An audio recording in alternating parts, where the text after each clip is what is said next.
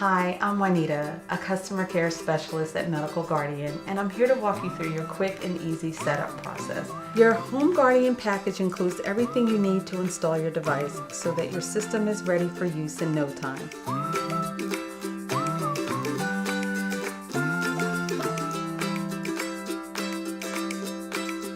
Let's get started. First, select a location for the base station. The base station can be installed anywhere in your home, but we recommend placing it near a window in a central location, such as your living room, family room, or kitchen.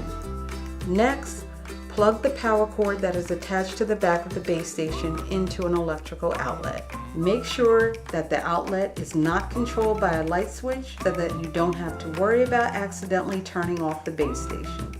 Now you're ready to turn on the base station. Once the base station is plugged in, all you have to do is turn it on using the switch on the back.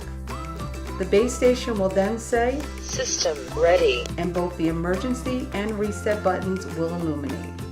You can change the volume on the base station by using the control buttons under the display screen if the voice is too loud or too soft. The date, time, and temperature will appear on the screen after it's turned on.